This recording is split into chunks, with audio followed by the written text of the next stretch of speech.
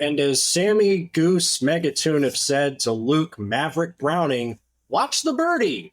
Welcome back to Motorsport 101.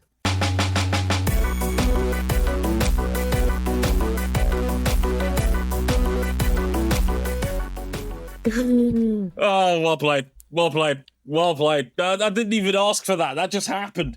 Welcome to episode 596 of Motorsport 101. I'm your friendly neighborhood host, Trey Harrison. And I almost forgot that Sammy Megatune did an aileron roll in the middle of a Formula 2 feature race. Everybody's fine. Everybody was fine. And that was not even the most embarrassing accident of that Formula 2 sprint. Somehow, a guy did a full-on aileron roll, and that wasn't the most embarrassing thing in that race. Formula 2 driving standards, everybody.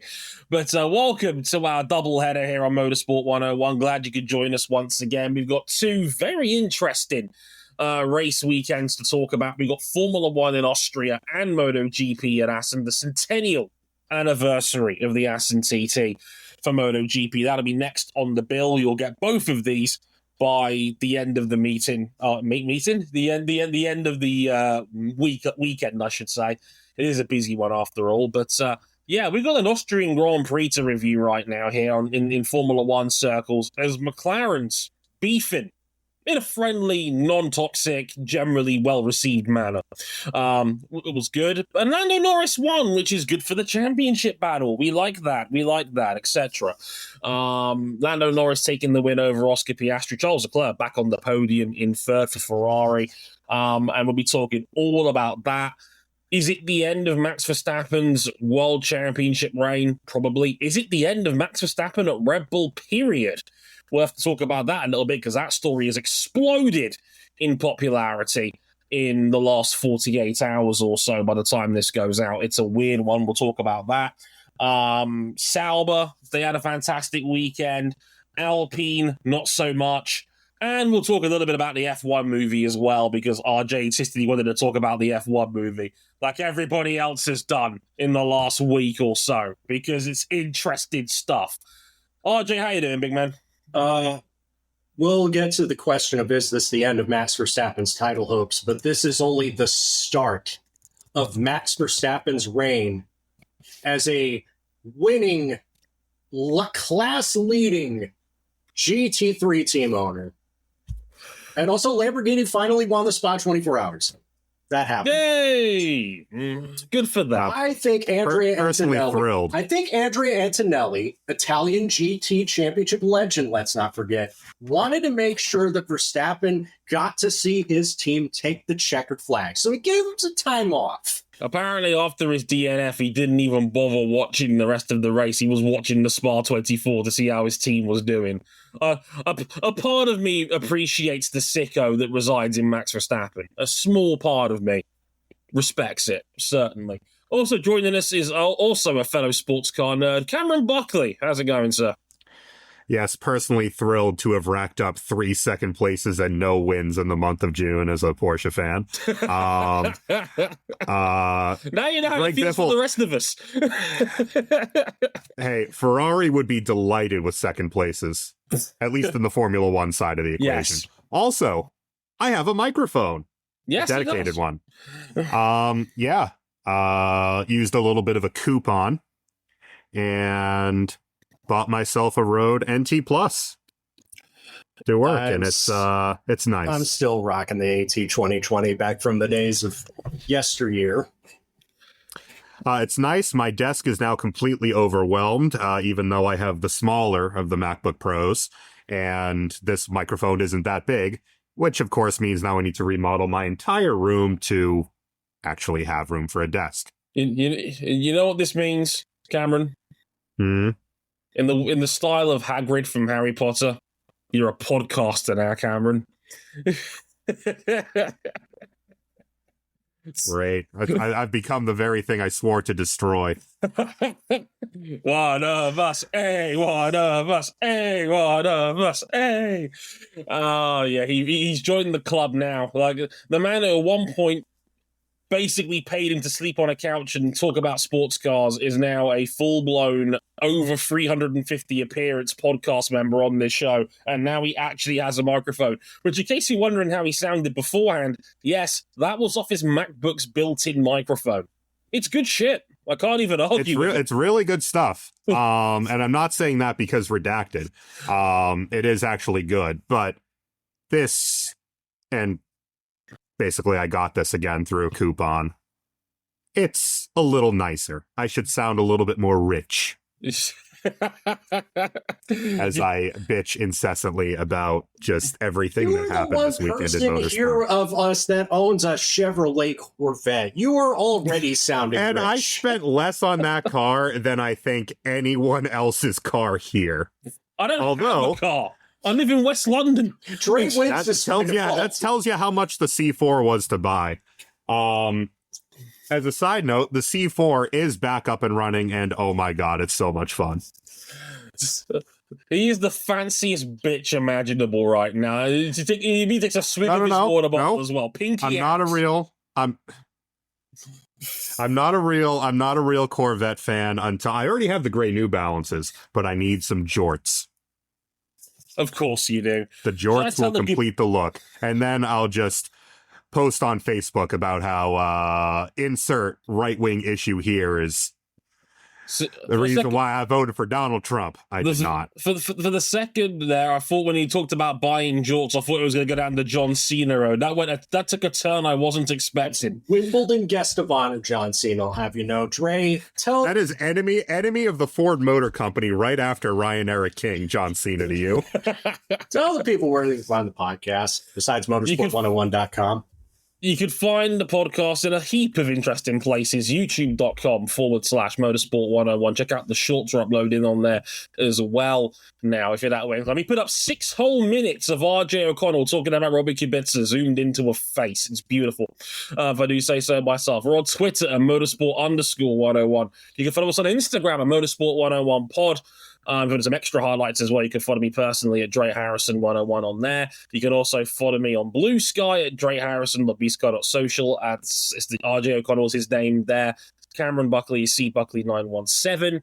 And of course, you can also catch our video highlights on TikTok as well. M101_podcast. You can follow us on there and say hi if you're that way inclined. Of course, as RJ alluded to, our website, motorsport101.com, which contains written reviews of all of the episodes we have as well, including this past race, F1 in Austria, MotoGP at Assen, and Ask Dre, which will be out for the month of June as well, where I answer your listener questions. Thank you, everybody, for sending those in, as usual. And, of course, if you really like us, you can back us financially on Patreon, patreon.com/motorsport101. $5 gets you early access to all of our content. You can upgrade to the $10 tier so you can listen to these episodes live as they're being recorded, as Emma, Jason, Rory, Ghost Raptor, they are all doing so in the chat right now, you sickos. Thank you very much for listening in as ever. There also may be some outtakes from the show that may be going up exclusively on there very soon. Let's just say if you're into... We all apologize in advance. Let's just say there were Pop-Tarts and cats involved. That's all I'll say for now. Enjoy that at your viewing displeasure. So right after this, we'll get into our Formula One Austrian Grand Prix review.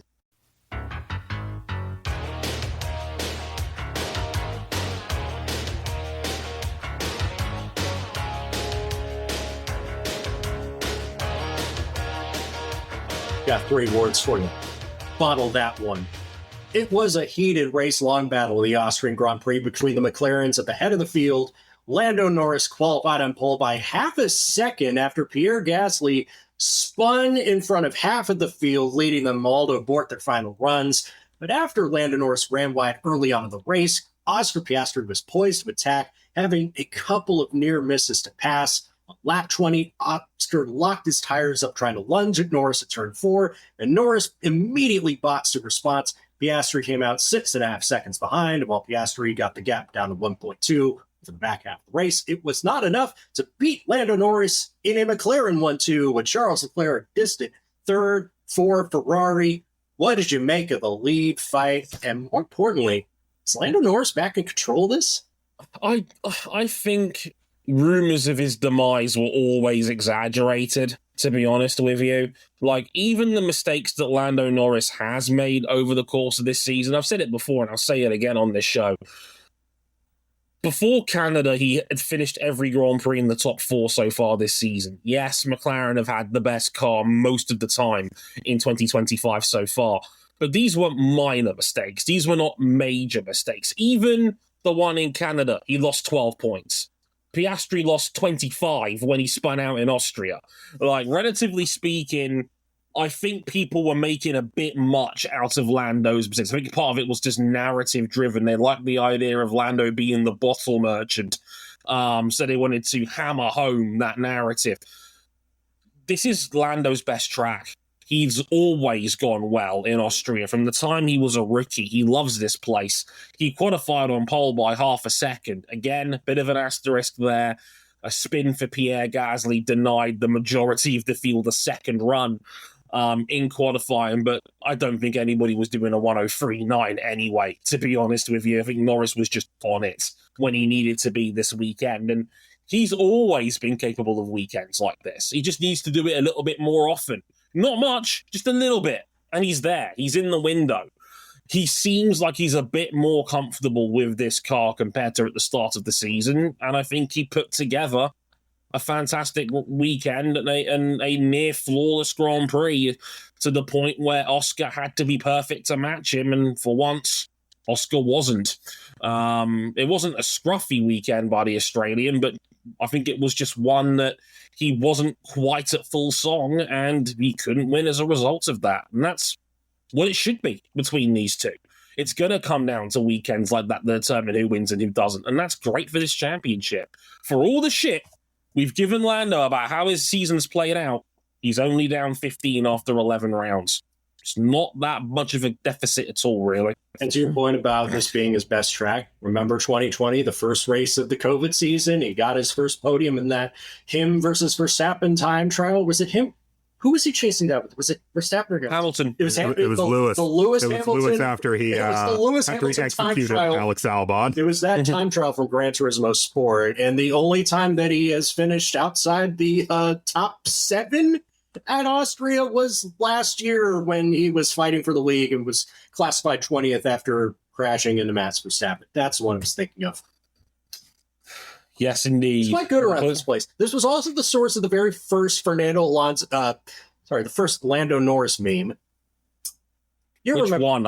You remember the one from his European F3 season where it's him just sitting sad in the gravel, but he's wrapped up the title by this point. So it's just like, it doesn't even matter. That I didn't realize that gravel trap was Austria. I did not know that. I remember the meme, but I didn't remember what track it was from. That was a funny one when that dropped at the time. It was like planking as a meme format, just ahead of its time. It was great. But Cam, what did you make of that lead battle in the meantime? Yeah, I mean, kind of echoing everything you said, I'll also say that such was McLaren's advantage here that those two really could afford to lean on each other a bit and still drive away from everybody. I mean, those two pitted an extra time. They were able to pull a pit stop gap over Charles, bolt on fresh mediums, and then do it all over again. And yeah, I mean, Lando has had scruffy weekends this year, but I think a lot of narrative power has been put behind Oscar not doing that, and he has. And again, I probably wouldn't classify this as scruffy from Oscar, but he wasn't able to put in the lap time necessary in qualifying due to situations outside of his control. But then Lando actually showed a bit of tact and a little bit of craftiness against him that I've been a little bit of critical of Lando for this season. He hasn't really shown up to this point. He was able to play DRS games with DRS being, half the lap here, with the first 3 straights all being DRS zones. To defend against Oscar the couple of times that he was able to get close enough. I would be concerned, however, with Lando that if this is his best track, Oscar shadowed him the whole way home. Was the quicker man in the back half of the race as well. Now, a little bit of that is traffic, navigation, because Austria plays up that a lot because it's such a short lap around there. And yeah, like Piastri was the quicker driver in the back half of that. Yes, the part of that was also the fact he had a tyre delta advantage. I mean, part of this win for Lando, I think, is a very cool bit of strategy that I don't think has been talked about very much. Picture the scene. I mentioned it in the script. Lap 20, Oscar Piastri locks up hard going into turn 4 and, tries to overtake Lando. Got a bit of a drubbing from the team wall saying, papaya rules, Oscar, you're not doing that again. Oscar flat spots his tyres.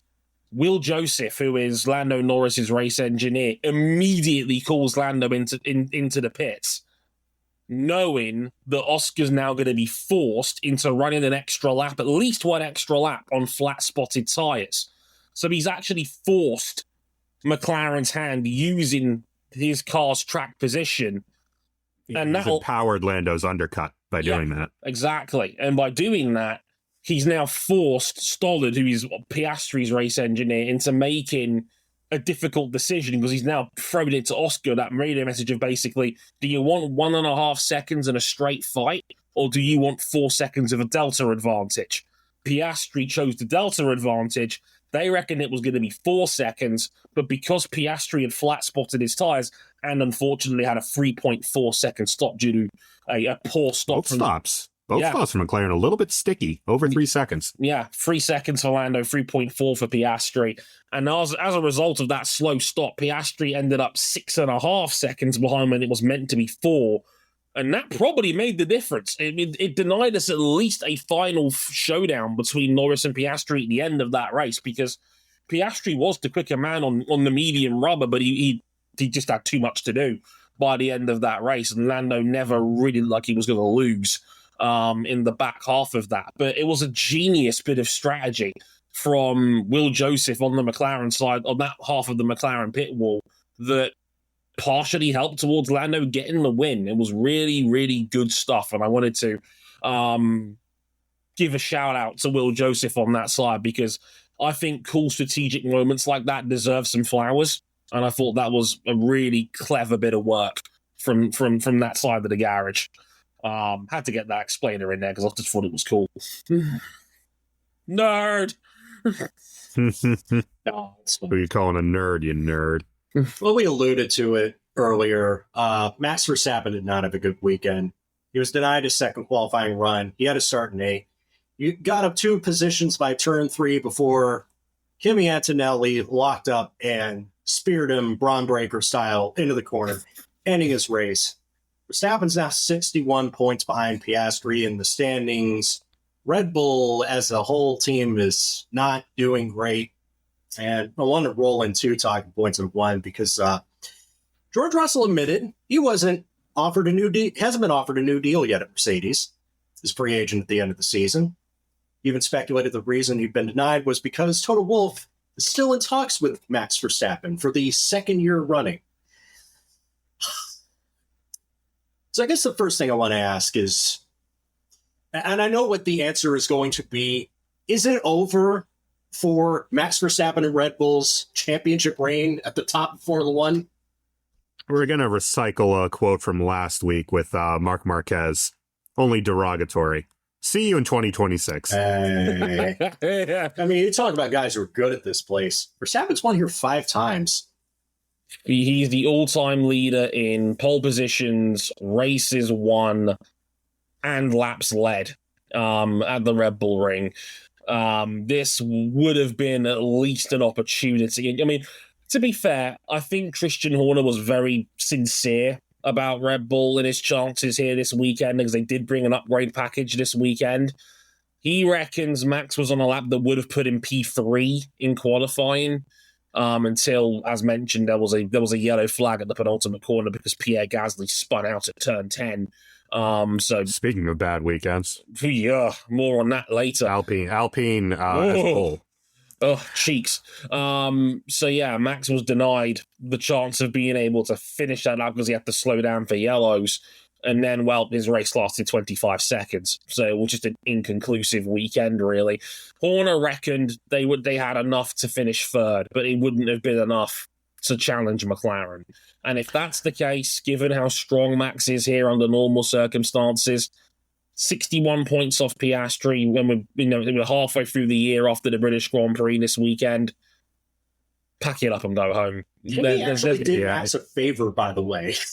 Because Kimi, by running him over, Kimi actually ensured that Max could not get a penalty points ban. At least until he achieves a few more of those penalty points the way he's been driving this year. Well, the funny thing is that he's down to 9, but that 9 stays on his record until October because the next drop is off them, the Mexican Grand Prix. So there's still every chance. There's still a chance. Yeah, I mean, look, the balance of the Red Bull was not great here, and balance here is arguably even more important than raw car performance. And that ultimately is where Red Bull has been badly hamstrung the last really year and a half. They can get lap time out of it, but only Max. It's the 2019 Honda MotoGP bike. Mm-hmm. There's one dude who can get lap time out of it.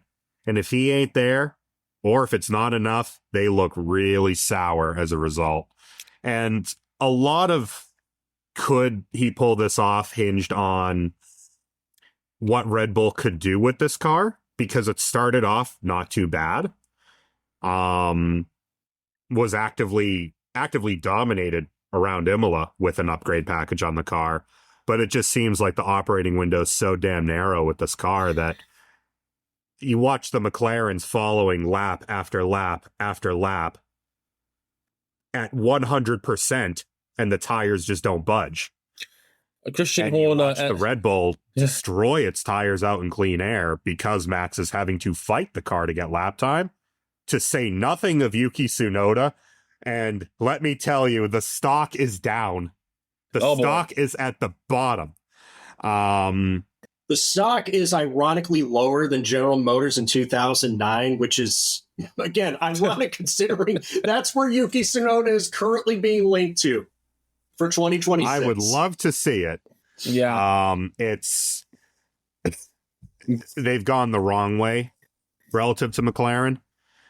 And when you throw in the fact that Max has been scruffy at times this year, the fact that he did get speared out of this race, impaled, asking, did Sephiroth do this? No, it was Kimi Antonelli. It's abridged. Like, Max could win out from here. He would still need a little bit of help. Yes. Unless McLaren forms a severe case of MP420-itis, I don't think it's happening. Yeah, Christian Horner described that McLaren lead battle as Oscar, quote, making love to his fucking exhaust in the middle of that leading flight, which I did not need to hear from him for many, many reasons. But he was right. An apt description, however. Yeah, because that's what it was. They were fighting each other tooth and nail, and they were still putting away from Ferrari at the same time. Like, by a good half a second Well, lap in certain instances. Oscar was 5-6 tenths away the whole time, and his tires would not budge. Yeah, it just did not matter. And Piastri ended up with flat-spotted mediums, ended up going 4 laps longer than Lando did. 24 laps in a 70-lap race on a set of medium tires. And Austria is one of the bigger tire wear venues that we generally go to. For me, it's Dogzo. It's not even Max can pull off the miracles. Max, he needs help. He needs help. It's not coming from Red Bull. And even last year, Red Bull still won 3 Grand Prix after that initial stampede of 6 that Red Bull won when they still had the number 1 car on the grid.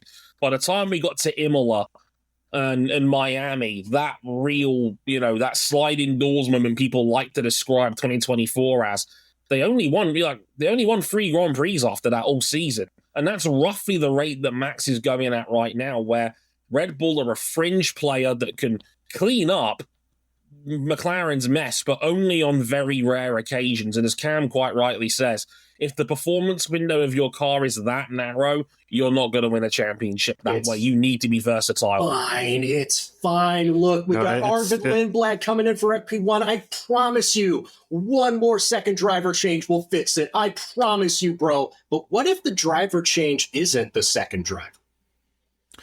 Well, Toto Wolff is about to offer up the entire GDP of Germany. Well, for a bit of backstory, last year, Toto Wolff, according to Sky Sports, was prepared to put together a $135 million contract to sign Max Verstappen for 4 years. Like, he was, I mean, as Ryan King says, this is Mercedes-Benz, Daimler Chrysler, fuck you money. Going, it ain't Daimler Chrysler. Let me assure you that. Close enough. We speak not of those days. It's Daimler, but it ain't Chrysler. That's Stellantis' problem. But yeah, they're rich. But yes, like it was a boatload of money to try and pull that off, and it didn't work out. Max still had a championship-winning car at that point, and Max didn't really have a good reason to leave. I still don't think he's got a particularly good reason to leave, but I think he does. This talk is not going away. I personally think there's an angle in this that not many people have been prepared to talk about. George Russell just completely threw his boss under the bus. Yep. Like, George Russell, like, for all the shit we give him, is an excellent politician. He's now immediately pushed his own team boss in the path of a moving bus. He wanted to be at 10 Downing Street today. Oh, badly. He wanted to say hi to his fellow Tory, Keir Starmer. Anyway, the point I'm getting at here is that George has now forced Toto Wolff to admit that he's still talking to Max because George is looking to get his own big money contract because, as mentioned, he's a free agent at the end of this season. He's not been paid yet, and George openly said, I don't think I've been offered a deal because Toto's talking to Max. And when Toto was asked about it during the Austrian weekend, he didn't exactly deny it. It was a non-answer. Toto Wolff, again, you have to look at team bosses like politicians, and very few get more political than Toto. We haven't forgotten the 2021 radio battle between him and Horner every weekend when it was being broadcast to us. Exactly. What is concerning in all of that, again, is if the question going into this year is, can George Russell lead Mercedes? He has emphatically answered that question, yes. For my money, he's been the best driver in Formula One this year, top to bottom. There's an argument. And I think he has been right with Max, and I would say Charles, and then probably Oscar. Like, he has been fantastic. He also would be completely impossible to pair Max Verstappen with. We know how those two get along with each other, which is to say they don't. So, if you're George Russell, what kind of annual salary are you commanding if you, let's just say, hit the open market? At least $20 million a year. He's going to be the best free agent on the market. And it's not even close. 1-for-1 swap, Russell or Red Bull, Verstappen or Mercedes. Who says no? Good luck to Russell is what I would say. Right. Because there is a reason why Max might want to leave. And it's that, as it was about 11 years ago, every single source says Mercedes is going to have the engine to beat next year. And because it's going to be another engine formula, brand new engines, starting that development curve over again, you think Mercedes is going to give out the secrets to McLaren? They are going to hand McLaren that engine the day before preseason testing.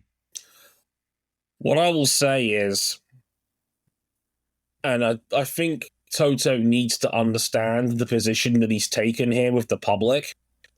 You've basically just sent out a message that says, I don't think George Russell is good enough to win a championship. Because if you thought George Russell was good enough to win you a championship, you wouldn't be prepared to write a 9-figure check to try and bring in Max Verstappen. You're clearly still, to a degree, insecure about your driver lineup. And I say this is stupid because George Russell has ticked every single box you could possibly ask him to tick as a Formula One driver and as a Mercedes prospect since about 2017. He has been outstanding and exceptional in everything he has done in single-seater racing. GP3 champion, Formula 2 champion, was outstanding at Williams, leading that team into the turbo hybrid era, has come into Mercedes and was immediately at Lewis Hamilton's level from the moment he walked through the door. There's nothing Went more. 2-1 against Lewis head-to-head. Like, there is nothing more that George Russell can do to prove himself. Yeah. He has proven it. He is now one of the elite drivers in Formula One, one of the 4 or 5 best drivers in the world. He can spearhead this team. And you've got Kimi Antonelli in reserve, who is still 18 years old and could be at Mercedes for 20 years. Yeah, and they're not going to... Here's the problem. And Mercedes is not going to treat Andrea Antonelli the way that Williams treated Jenson Button 25 years ago. Here's the problem. He's not Max Verstappen. And to be fair, it wouldn't be the first time Toto Wolff's horribly mismanaged one of his juniors. Yeah, remember? No, it wouldn't. It wouldn't be But we went through this exact same thing last year, really 2 years ago with MotoGP. The notion for a long time was with Ducati, well, we'll make it so we don't need Marc Marquez. And then they got Marc Marquez, and look what happened. Yeah. Heads, pikes, walls. I think if Mercedes does nail the engines next year, and the car has been better to the point where they are starting to, it looks like what they're seeing in the wind tunnel is starting to talk on the track. If you throw Max into that equation, you could turn next year into a bloodbath even worse than it already would be. The question is... My question would be with Max, would be, I don't know if he fits the Mercedes. I don't know if he has a long leash with Red Bull. A long leash. He is not going to get that at Mercedes, no matter how good he is. And Mercedes likes their headline guy. Mercedes is going to have 2 headline guys because there's no way they're going to get rid of Russell. They'd be stupid to do that. And look, this is a lose-lose for Mercedes. You're either losing one of the best drivers in the world to bring in Max, who has already been at your established team now for 4 years and has been excellent in 3 of them, or you're losing a generational S-tier prospect you could have for 20 years. There's no good answer here. Unless you're 100% certain that you think Max Verstappen is going to take you over the top. Because anything less than that, and well, you could be looking at a situation similar to what Lewis Hamilton's going through at Ferrari right now. Who had his best weekend in red and still got clapped. 4th is 4th. 12 points is 12 points. They don't take points off for how far you finish behind your teammate. The way I see it, Max has to ask himself, how confident are you in this team going forward? How confident are you in your 2026 car, and what you personally know about it from an ICE standpoint, from a battery standpoint, from a regulational standpoint? Because Max still has 3 more years on his contract after this season ends up. He's signed up until 2028. There is a performance clause in there, but he'd have to be outside of the top 4 by Austria. That's what my colleague Stuart Coughlin reported at Also Sport. Which he wasn't, so that's just off the table immediately. It is off the table. He's third. It would have to be ugly. There'd have to be a big old check to tell Max to leave, essentially. Yeah. So, and look, Christian Horner is many things.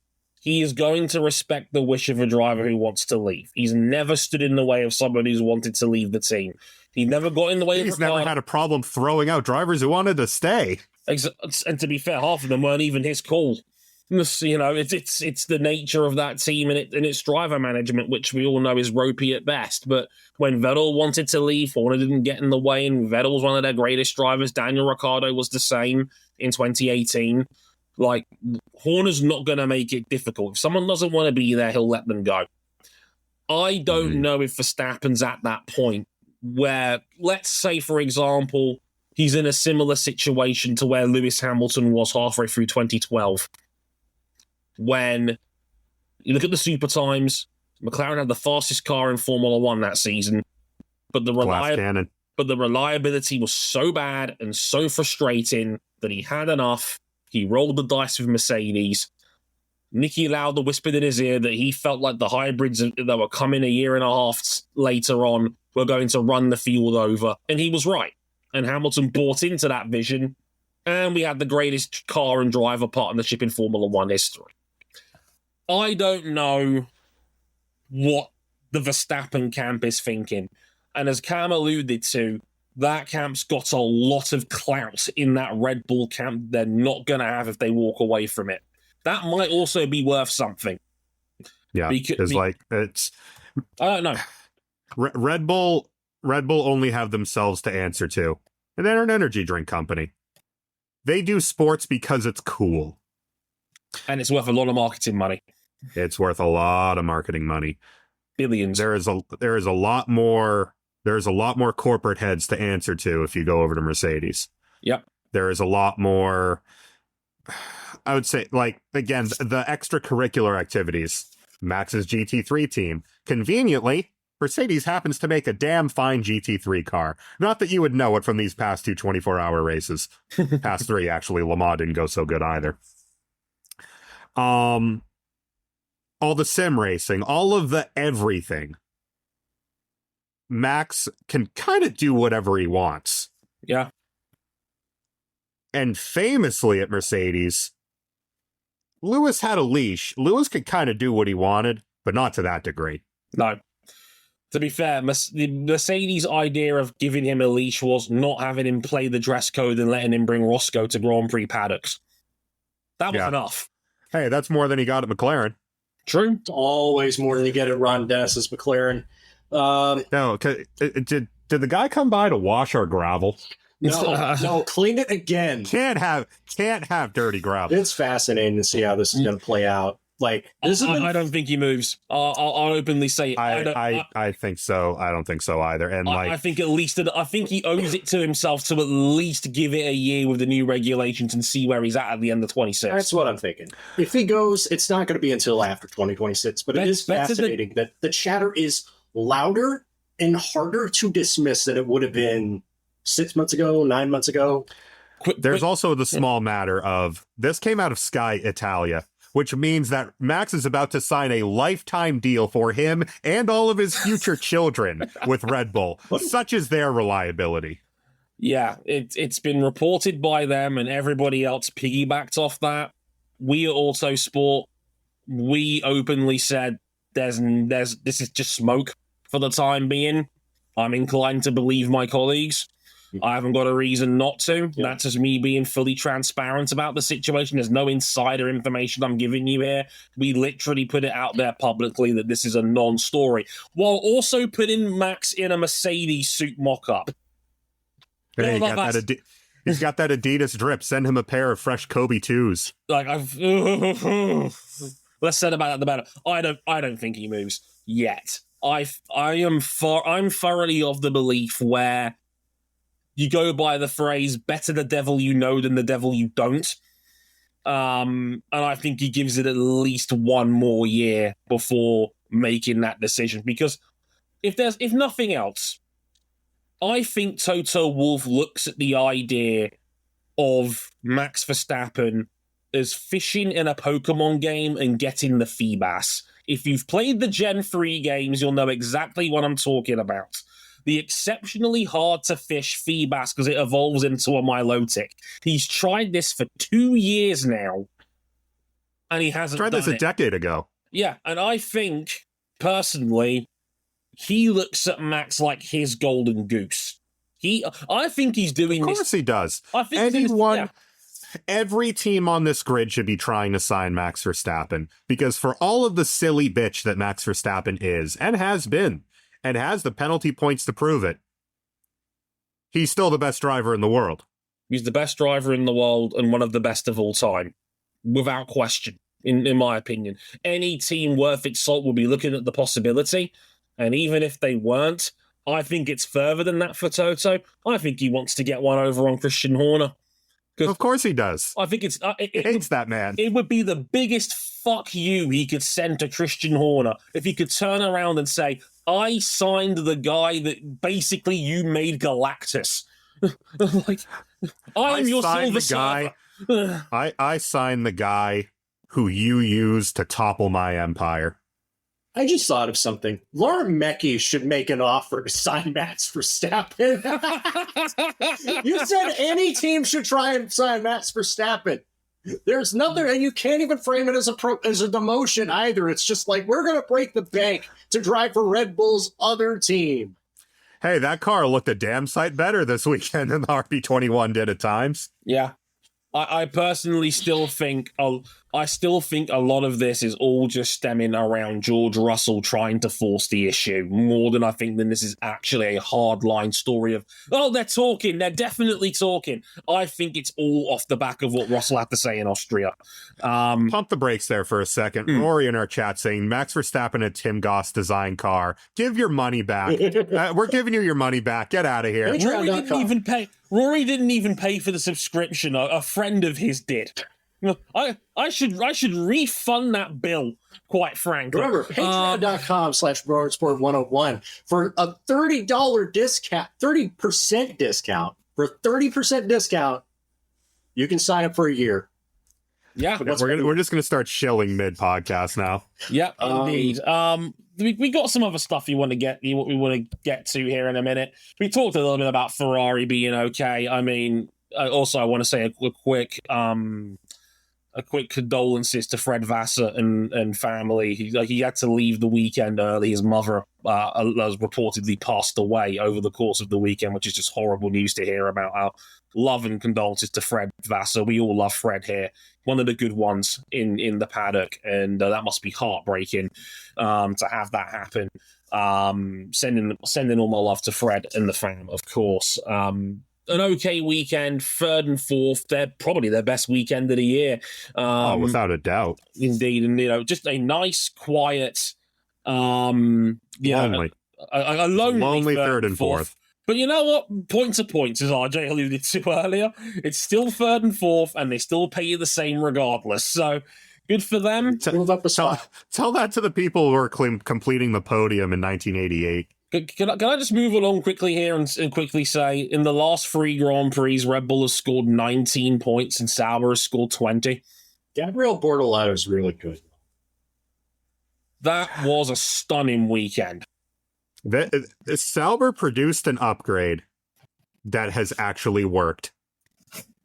It's like it's not a fluke. Like it's now 3 races of like, hey, this Sauber ain't half bad. It's scoring points. It's scored points 3 weekends in a row, 20 in total. We thought Hülkenberg's P5 in Spain was a fluke.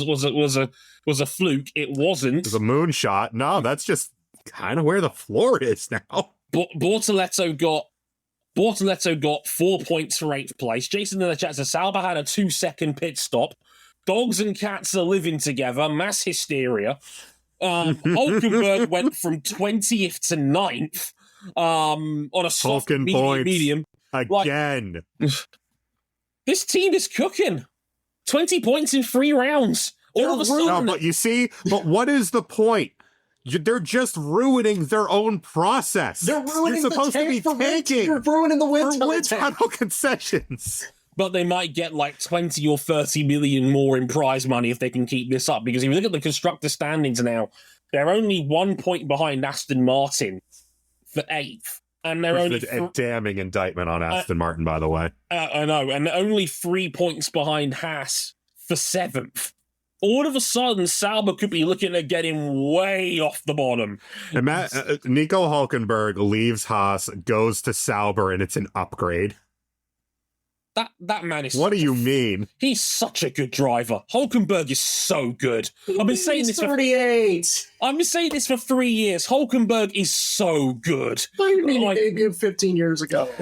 Oh, God, I feel like... Cyril booted this guy out of F1, said, no, we don't need you anymore. Ridiculous. That boy, nice.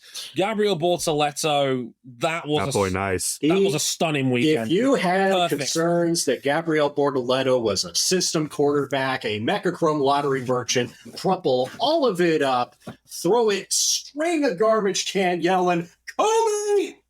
Let's put it this way. First Q3 appearance he's ever made. 4 points for finishing 8th in the Sauber. Was actually gunning down his mentor, Fernando Alonso, with a couple of laps to go. Just ran out of time because Lando Norris had to come through to lap the pair of them in that final fight as they were going over the line. Fun joke. Apparently, Jonathan Wheatley at Sauber actually sent a text to Zach Brown saying, "Hey, mate, do you mind not lapping us? We're in the middle of something here." Zach wasn't at the Grand Prix weekend, so he was like, "Sorry, buddy, can't help you." Which I thought was actually quite a funny joke there. But he was on the brink of passing Fernando Alonso, his mentor. And I love the little moment where Fernando was the first man to congratulate him after they parked up. Yeah. Gabriel, really the first proper graduate out of the FA14 management company. But well done for Gabriel. Low key as well. Great drive from Fernando Alonso as well. Superb. Aston needed that. They needed that bad. And that was a nice little reminder that this team can put some shit together. Why is Lance Stroll so anonymous? Because he's Lance Stroll. That's the most time we need to spend on him during this weekend. He was awful. We're back at the bottom of the cycle, but he was awful.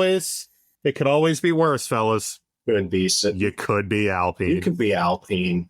And they weren't even the worst team this weekend because Williams had a rare DNF double combo. I don't know, man. With the pace that Williams showed up to that point, I might take that kind of weekend over the kind that Alpine had. Carlos Sainz Jr. had another iconic mechanical failure at Austria. Oh my God! It's not as good as looking back at his burning car. So let me get this straight. Carlos Sainz stalled his car on the formation lap.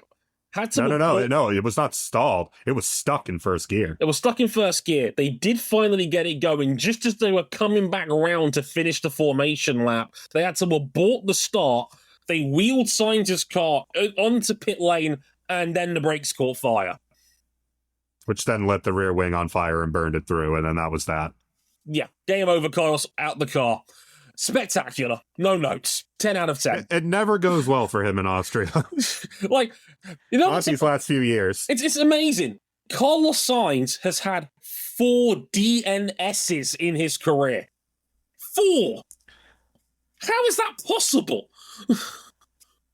I find that is a statistical anomaly. That is a great Jeopardy question. Yeah, most drivers are lucky to get, or unlucky really, to get 1 in their career. I think Carlos Sainz has had 4 in his career, which is just such an outlier. It's ridiculous.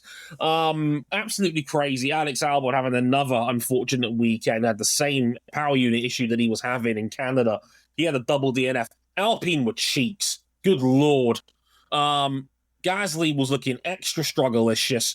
Colapinto was taken out by Yuki Tsunoda and then nearly took Oscar Piastri out while being a back marker. Got himself a nice 5-second time penalty for his trouble for putting Piastri on the grass. What happened to the Franco Colapinto that showed up on Williams around 9 or 10 months ago? It was making us ask serious questions about Alex Albon, who we know now, measured up against Carlos Sainz, is actually a really good driver. Where did that guy go?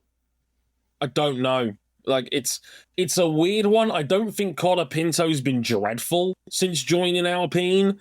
I don't know how much of this is on Colapinto and how much of it is the team just being arse gravy right now. Yeah.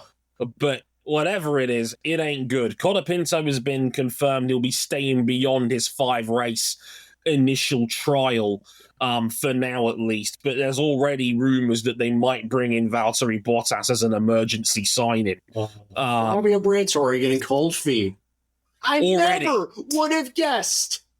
This is the kind of solid leadership, maturity, and staying the course that you could only get with Flavio Briatore. Special advisor Flavio Briatore. The man's giving out advice as to how not to run an F1 team as Alpine comfortably sits now by double digits at the bottom of the Constructors' Championship. Alpine might end up finishing this year bottom of the Constructors, which would be an unmitigated disaster given they were sixth last year. Oh, why were they sixth last year, Dre? One jammy weekend. Exactly. Like, their chassis department has been dick for the past 2 years. Also, Remember when they had a legitimate, like, one of the better chassis on the grid in 22 and 23? Like, oh man, yeah. They're like 35 horsepower down.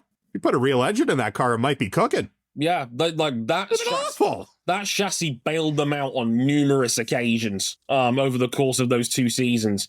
And also, I love the fact the Raptor in their chats brought up the fact that Flavio was in attendance with UK Prime Minister Sir Keir Starmer today as like a special 75th anniversary of the British Grand Prix F1 meetup, talking about how much F1 brings to the UK economy, which is hilarious given the UK is one of the only countries on the calendar whose government doesn't financially support its Grand Prix. I think the irony in that is hilarious. I'm just thinking that, like, Keir Starmer walked up and saw Flavius just like, oh, hey, Nigel. Yeah, funny that. I didn't cancel. I say I'm now expecting my Amstaff Terrier to barrel through the door. Yeah. Like, it's the lodger. It's Mr. Nobody and John Wick where he says nuts to his dog, and the next thing you know, they've been torn off. Kira in the chat saying, remember like 5 races ago when we were saying that Alpine might have their shit together and then Oaks resigned? Yeah. It's not been good since. Oliver Oaks. Alpine are... It's like they're in a contest with themselves to find out just how hard you can mismanage a Formula One team. Yeah, it's a on mess. A Michael Jordan hot streak. Hot ass mess of a team right now. Goodness me. RJ, I think you're the only one who's seen it. No, turn that down. We're splitting the difference at 7.5. Yeah, that's fine. I wanted to talk about the F1 movie. Now, I openly admit I have not seen this yet. I don't want to see it because I don't want to give Brad Pitt my money, quite frankly. But you did go out. You were invited to go see it. What did you make of it?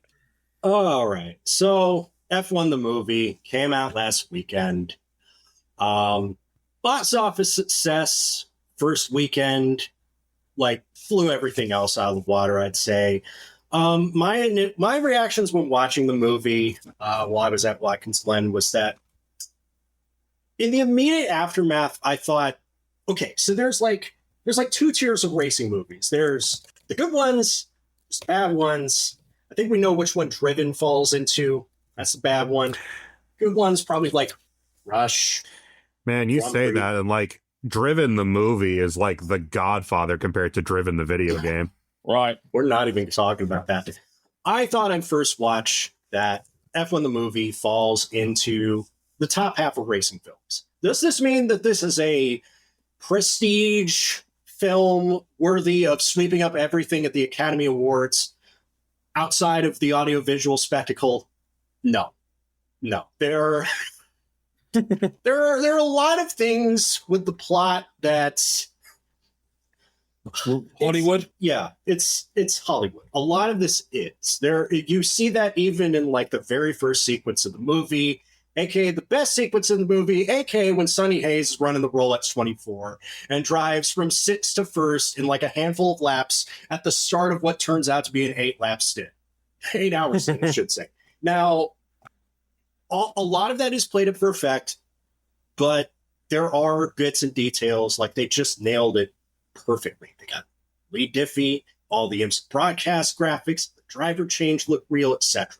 That continues in the Formula One portions of the film where they get all the details right. It's a Jerry Bruckheimer produced, Joseph Kosinski directed feature, just like Top Gun Maverick.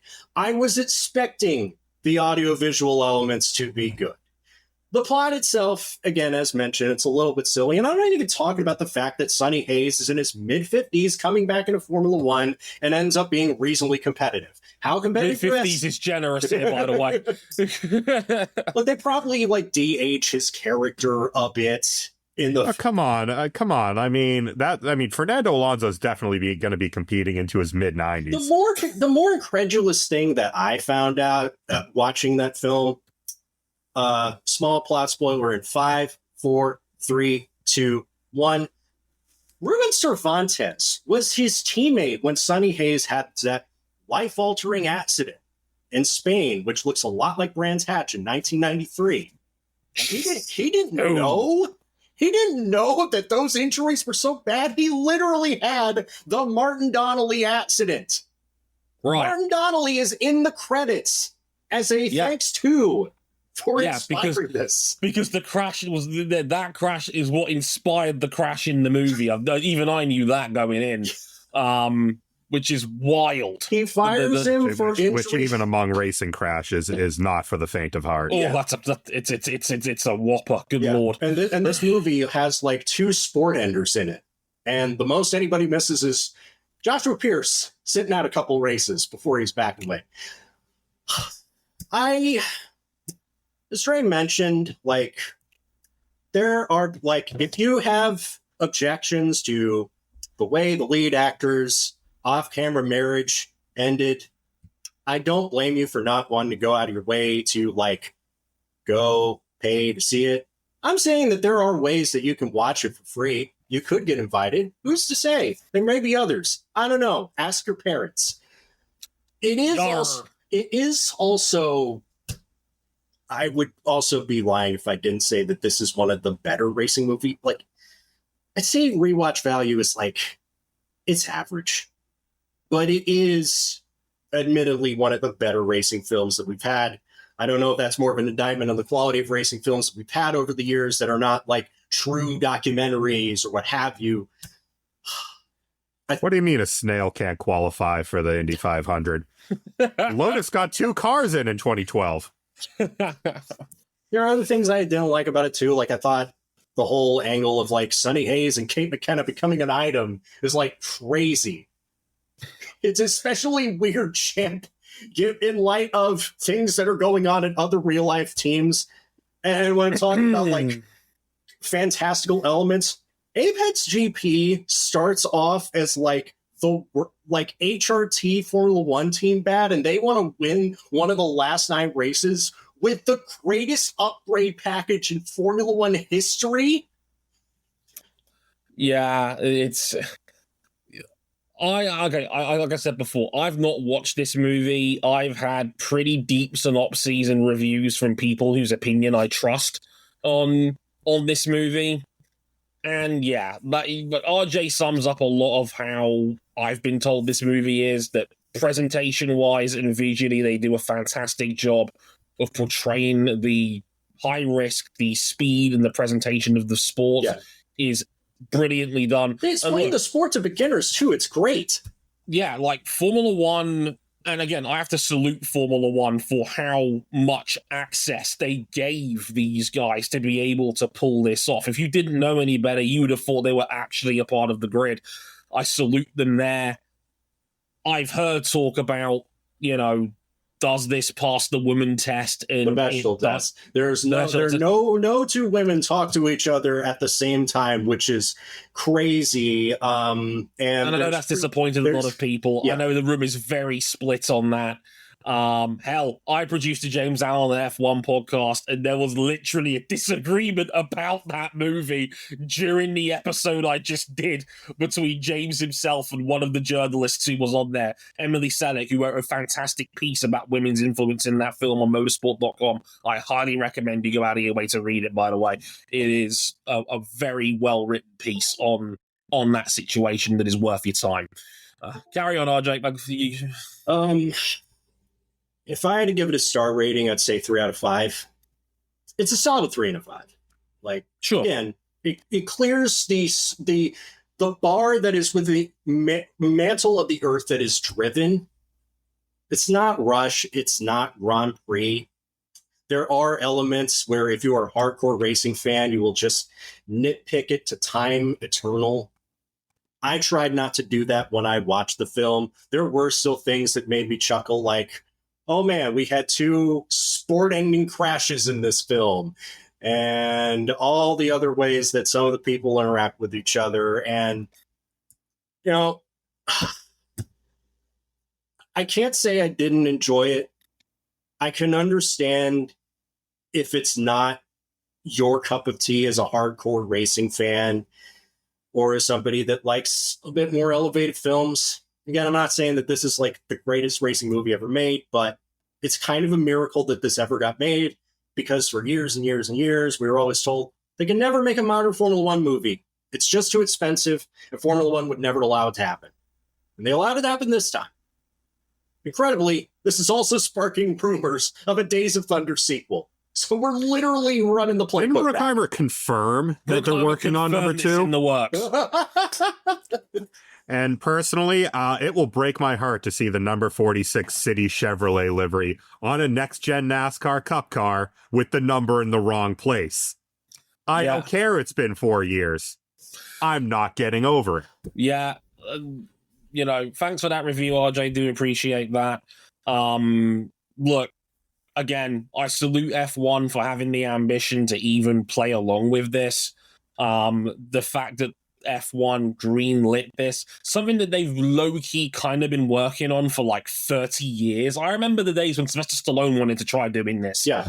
And we ended up with Driven as a direct result. The fact that this movie has even made it to cinemas, the fact that it has generally been given positive reviews, it's certified fresh on Rotten Tomatoes, audience scores in the 90s. The fact it's done well is going to do a lot of good for a lot of people in and out of the paddock and for fans of the sport in general. From what I've been told, it does its job. It was not built for us podcasting nerds. It was built for people that are not Formula One fans. And that is where they should be aiming it, quite frankly. Because if they wanted to make an authentic Formula One movie, like most Formula One races, it'll be boring as shit. So the Hollywood gloss is probably only a good thing in the grand scheme of things. So found a way to combat turbulent air in big 2020S. Yeah, and I look forward to an inevitable sequel led by Damson Idris, who did apparently a pretty good job as Joshua Pierce, and he can spearhead the sequel, and roll with it in that sense. So good for them. If it makes its money back, great job by all involved. I just hope you don't hire Brad Pitt next time round. We'll be back for another Formula One race. It's kind of a big one. It's only the British Grand Prix this weekend. One, arguably the blue ribbon F1 event on the calendar. 500,000 expected over the course of the weekend at Silverstone. It's going to be a sellout, probably, by the time this actually goes out. Just a small matter of Lando Norris potentially winning his home Grand Prix. That would go over well. He's got his own grandstand and everything. We'll see how that plays out. Will Oscar Piastri get involved? Will anybody else interrupt that McLaren swan song at home? Maybe. Probably not, but we'll have to wait and see. We'll be back for that next week. We'll be back for our next MotoGP episode right after this on the Assen TT, because if you thought the title race was over last week, oh boy. Until then, I've been Jay Harrison, they've been RJ O'Connell and Cam Buckley. Until next time, thank you very much for watching or listening, and we'll see you guys next time. Sayonara. Later off.